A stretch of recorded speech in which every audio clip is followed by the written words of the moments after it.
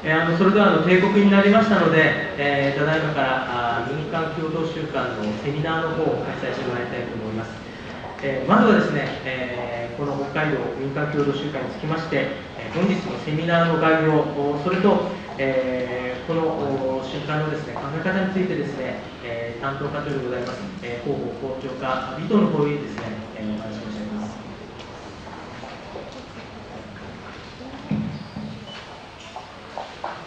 ただいまご紹介に預かりました広報校長課の尾藤でございます。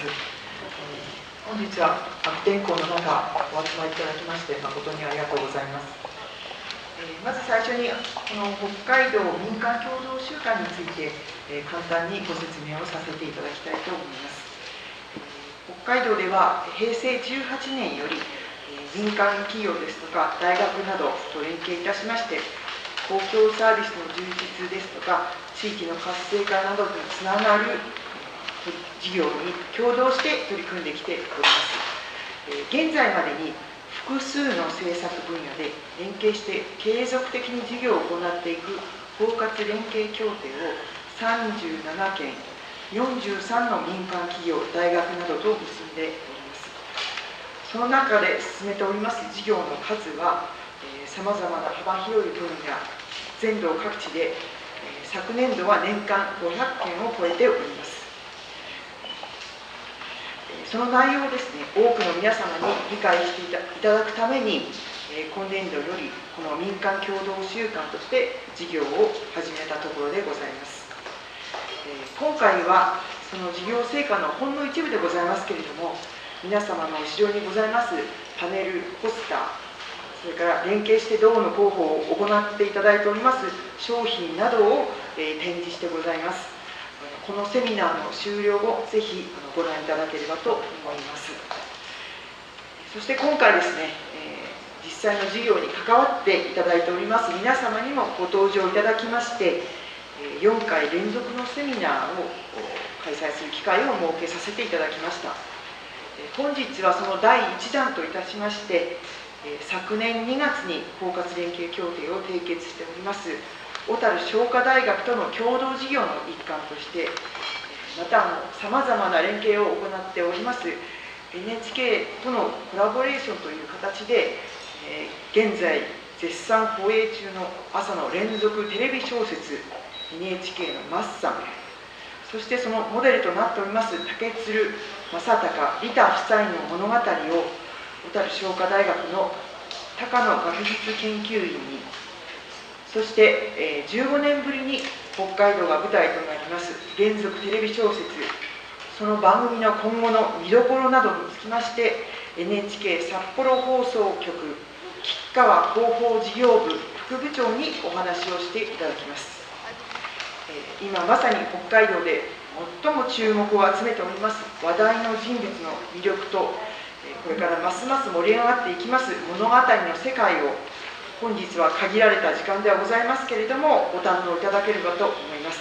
どうぞよろしくお願いいたします。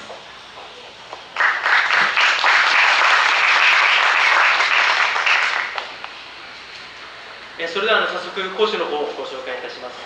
まずトップバッターでございます、小樽商科大学ビジネス創造センター地域経済研究部学知研究員の高野上様でございます。どうぞよろしくお願いします。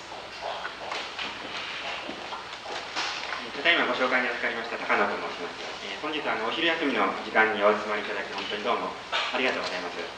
では私なりの視点からちょっと竹鶴ご夫妻と北海道との関わりについてお話をさせていただきたいと思います。マッサンが始まる前からですね、大変注目を集めておりまして、いろんな講演会ですとかイベントが開かれているかと思うんですね。例えば小樽ではオーセントホテルですとか非常に有名なアンバサダーの方がいらっしゃいまして、その方がテイスティングをしながらお話ししているとか、いろんなイベントで、お酒をたしなみながら話を作っていた、そういったイベントたくさんありましたので、皆さんご参加された方もいらっしゃるかと思うんですけれども、私はですね、あんまりウイスキーがたくさん飲めるというわけでもありませんし、お酒に対する知識が深いわけでもありません。私の専門分野は歴史学という非常に地味な学問分野なんですけれども、単に事実を資料で調べてですね、確認していくっていう、それが歴史学の基本なんですけれども、私の場合はですね、ちょっと変わってまして、歴史的な事実をいろんなところから発掘してきまして、それを観光資源化していくっていう、そういうところまで含めて自分の専門分野だというふうに思っているんですね。それは小樽商科大学に来る前、実は私去年の12月に小樽商科大学に来まして、10ヶ月ぐらいなんですけれども、あんまり小樽のことも北海道のこともたくさん知っているわけではないんですけれども、やっぱり来てみまして、いろんな歴史文化、本当にとは違ったものがありまして、歴史研究をしているものとしては非常に魅力的でして、いろんなことを調べて、小樽の歴史文化を観光資源化していく研究をぐるぐるとやっているわけなんですけれども、その中でですね、ちょうど小樽に来た12月に余市の方でマスター推進協議会という応援推進協議会、そういった組織が立ち上げられるということで、小樽商科大学の近隣の大学ということで参加させていただくことになったんですけれども、その中で何が小樽商大でできるかということで、当初はですね、商科大学なので、経済に関すること、経済波及効果ですとか、そういったことをちょっと期待されてたようなんですけれども、私は歴史の専門ということで、じゃあどんなことができるのかなというふうに考えたときに、意外とですね、竹鶴さんご夫妻の足跡があんまり知られてないんじゃないかなと。それは小樽ですとか、余市でどんな暮らしをしてたのかということがあんまり知られてないんじゃないかということを思いまして、それでいろいろ調べていくと、い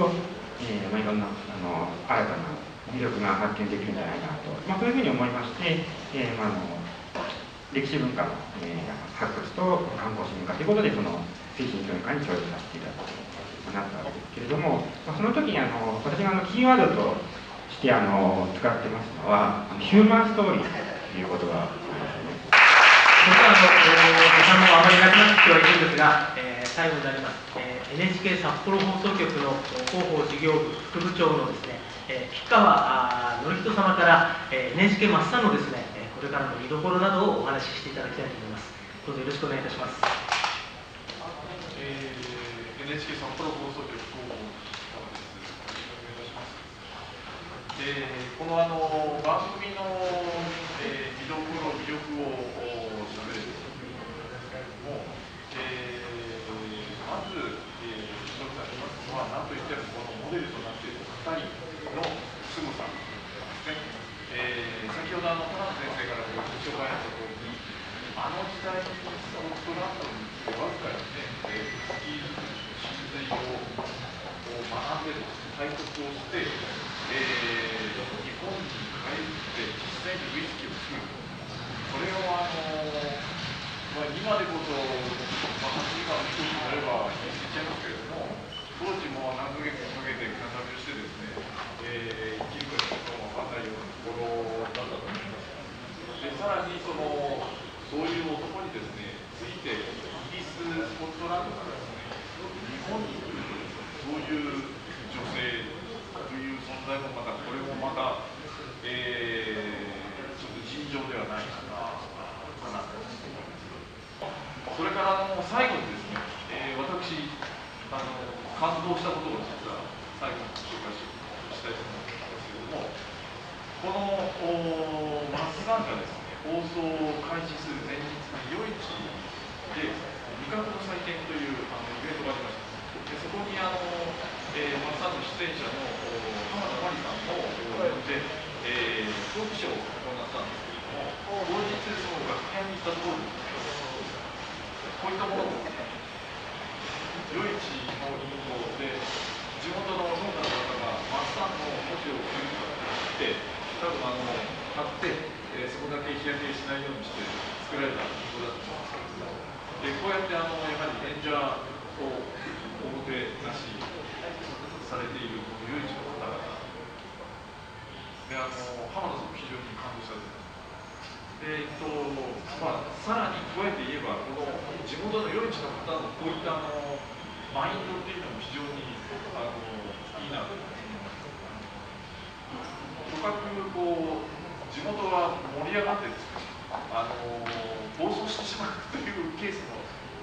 あるやに聞いておりますので、勝手にマッサマンジュ作って大変なことになるので、今回幼稚の方は非常に撮影でも協力していただいてますし、そういう面でも非常に協力していただいて、非常に助かっております。で、このマッサンなんですけれども、我々NHK 北海道7局でアイラブ地元北海道というキャンペーンを行っております。で、まさにこのマッサンがですね、非常に盛り上がって全国津々浦々まで北海道の魅力をこの番組とともに発信していければなと思っております。ありがとうございます。